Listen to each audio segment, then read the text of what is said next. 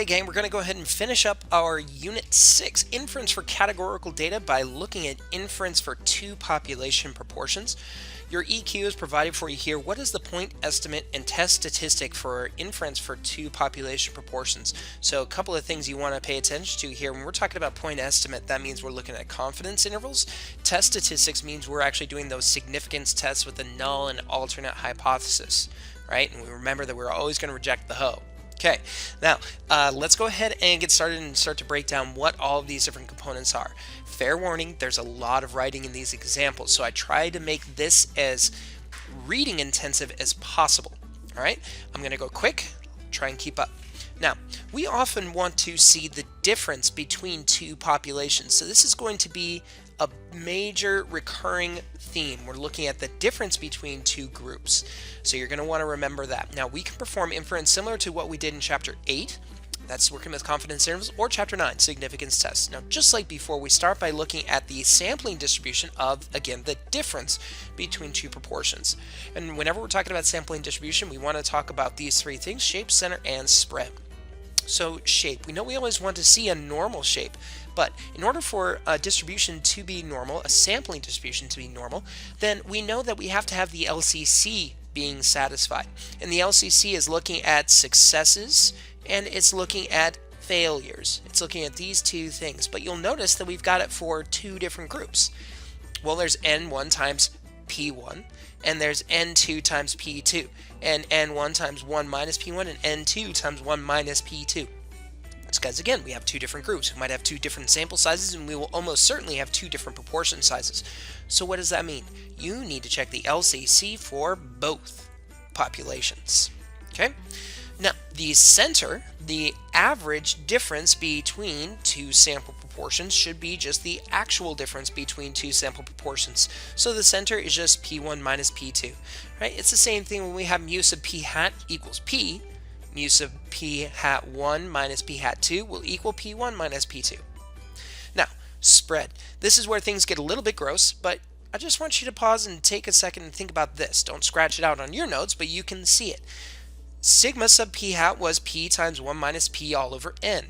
The only difference here is we got two of them, right? So get rid of that, and you can see that we are combining these two and then taking the square root. Now, notice that it's addition even though we are looking at the difference, because remember, what are we doing? We're always adding variation whenever we are combining two different variables together in a distribution. But remember that the spread is only going to apply with this formula as long as our 10% condition is satisfied, and that means you have to do it again for both, and that's where we have to look at one sample must be less than 10% of its population, and the second sample must be less than 10% of its population. You have to have both of these being satisfied. You need to check for both. Okay? Now,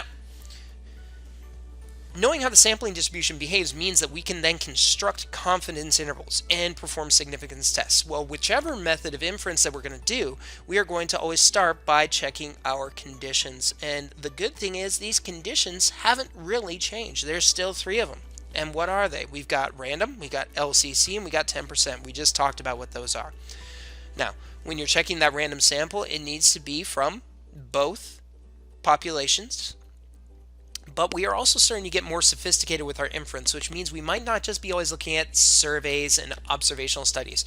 We might also be looking at experiments here. And whenever we have experiments, we know that we don't actually have random sampling going on, because we have people that volunteer. We can't just tell somebody they're going to take part in an experiment. They have to actually volunteer. So where does the randomization, where does the chance process come in that allows us to make this like a chance behavior? Well, it comes from random assignment of the treatment groups. I'm going to randomly assign 50 people from group 1 to receive a placebo, and then I'm going to randomly assign group 50 people to group 2 that are going to receive some new miracle wonder drug. Okay, but we have to do it for both treatment groups, so we have to make some kind of statement like that. Then LCC, you got to do it for both. Now, when we were checking the LCC, we said it's going to be N1 times P1 and N2 times P2. But the truth is you're not really going to have those. You're going to most likely have sample proportions. So P hat 1 and P hat 2 that you're going to be checking your LCC with. And I know this is a little bit different from what we did in confidence intervals, but you'll get used to it. Okay? So what we have to look at then is either using the p hat 1 and the p hat 2 or your number of successes and failures from each sample. So why are we doing this? Well, remember that any inference is based off of some kind of claim. And the claim is not going to be that one proportion is equal to some other number specifically, but is one proportion going to be different from another? So we have to look and see, is one population different from another? The only thing that we can go off is the samples and compare those two. Then lastly, we check our 10% condition, and we do it for both. So if you're comparing treatments from an experiment, though, here's the weird thing. We actually don't have any sampling really when we're talking about experiments. So this condition is not required if you're working with an experiment. And I know that seems weird. What we would just have to say is that it comes from a well-designed experiment.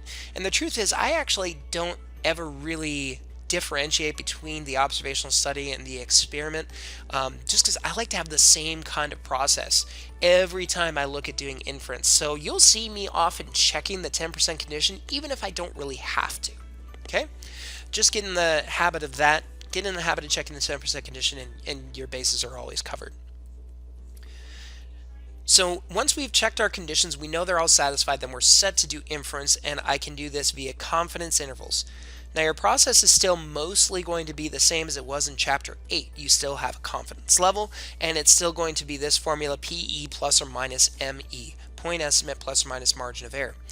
So when we're looking at the difference between two proportions, that means that the point estimate really is going to be the difference between two sample proportions. Okay? And then our margin of error, we remember that that's made up of two different components. It's made up first of all of the critical value, which is still going to be Z star. We're familiar with that. And then we have our standard error sub p hat. That's going to be the standard deviation for both of these two different things. So let's try and build this out and see that it looks really gross, but if you can build it, it's not that intimidating. And we have our point estimate, which is just the sample from the the proportion from the first sample minus the proportion from the second sample, plus or minus our critical value, which again we said was going to be Z star, and then we multiply that by our standard deviation. Now the standard deviation formula, think, oh, what was that? Well, remember, it's right up here. So we can make sure that we utilize that standard deviation formula and make the appropriate adjustments for it. So we're going to have a big old square root, and we know that it's going to be P1 times 1 minus P1 all over N1, but then we know we have to do the same thing for the second one, so it's not that bad. It's not really different. Okay, what makes it different though is that we have to remember that this is the standard error. And the standard error is when we don't know what the proportions are for the entire population, so we have to use the sample proportions, and we have to use p hats. Okay, so this whole gross looking thing is your confidence interval, and you absolutely could calculate this by hand. But do you want to? No, me neither. Just use the calculator. When you go into your menu stats and your confidence intervals, there is a 2-prop Z interval for 2 proportions, and you'll be able to find that, and it's going to just be extremely intuitive from what you've already done. Okay? Now, whenever you do make a confidence interval, you are going to be instructed to generally interpret it. That is a very common expectation, and it's almost done the same way. We say that I am blank % confident, that's our confidence level. I'm 95% confident that the interval from blank to blank, again, that's my lower bound and that's my upper bound, are going to capture the true difference in proportions. So where is the difference there? You guessed it, in the word difference. Okay, this is how it is not quite the same as what we've looked at with previous confidence intervals, because we have to remember what we are making this confidence interval for is to look at what's the difference between two proportions. Then we finally go on to seeing, all right, I've constructed my confidence interval, I have interpreted it, fantastic, I can go ahead and start answering questions. What if you want to do it a different way? You absolutely can do a significance test or a hypothesis test. So this is the same stuff that we did in chapter 9. And the process again is mostly the same that what we did in chapter 9. You want to start out by writing out your givens and your hypothesis. And so again, remember that your null hypothesis, this is the old way of doing it. We would say that the difference between the two proportions is nothing. There is no difference. The null hypothesis is a statement of no change or no difference. So P1 minus P2 would equal, you guessed it, 0. But that's still a little bit more writing than I would like to do. I want to be as efficient as possible. So what a lot of people started to see is, well, wait, can't I just do a little bit of algebra and add P2 to both sides, and then the P2s cancel out, and then I'm left with this guy right here. That my null hypothesis is that P1 equals P2. Again, there's no difference between them, right? So either way you write out your hypothesis statements is perfectly acceptable. And then your alternate is just that there is some difference. Either P1 is less than, greater than, or simply not equal to P2. Okay, here's the probably most important thing that students are going to find that's frustrating and difficult to get used to. Is defining P1 and P2. We're going to use different subscripts for this to try and make it more intuitive, but you have to describe in context what variables and letters you are using and how they relate to your problem. That is absolutely essential. You will not get full credit if you do not define your parameters. Okay? Then we state our significance level, and remember that our most common significance level is having an alpha of 0.05. Then we check our conditions for both proportions, right? That's LCC, random, and 10% conditions. And then we calculate our test statistic. Well, our test statistic is our observation. And our observation is just what we get from our two samples, p hat 1 minus p hat 2, and then our parameter. This is like the claim. But what's our claim? P naught 1 minus P naught 2. Well, what did we say is true about P naught 1 and P naught 2? Those two things are identical. They're equal to each other. And if we subtract two numbers that are equal to each other, what do we get? We get 0. So most of the time, you're not even going to see that part in the numerator. And then we have in the denominator here square root of P hat sub C times 1 minus P hat sub C. When you say, whoa, whoa, whoa, whoa, whoa, whoa, whoa, whoa. What just happened to P hat 1? What just happened to P hat 2? And we say, well, this is just where some fancy math dudes, they decided, hey, we can be a little bit more specific here, and they came up with this thing called the pooled proportion.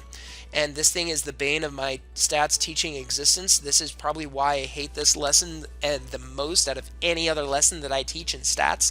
It's because of this thing. It's really difficult to internalize, understand why we do it, and understand what the calculation is for it and when to apply it. So the good thing is I'm going to say almost never do it. And you're only going to have to do it with maybe one multiple choice question. I don't want to burn a ton of time with it. What you have to understand, at least in this case, is that what is the pooled proportion? And it's just somebody decided that we can be more precise in these estimates. If the claim is true, then these two population proportions came from the same population. They're identical. So that means we can combine them together. And it's going to give us a slightly more accurate standard error. It's going to give us something that's a little bit more precise in our estimates, and it's going to give us something that's a little bit more reflective of the population. So, way fancy math, makes it super gross, really frustrating, and you're not going to want to do this. Don't ever do your calculation for the test statistic by hand. Just use a calculator. Okay, and you're going to want to do the 2 prop z test, and you're going to record basically all the things. Not necessarily all the things, but here's what we want to know.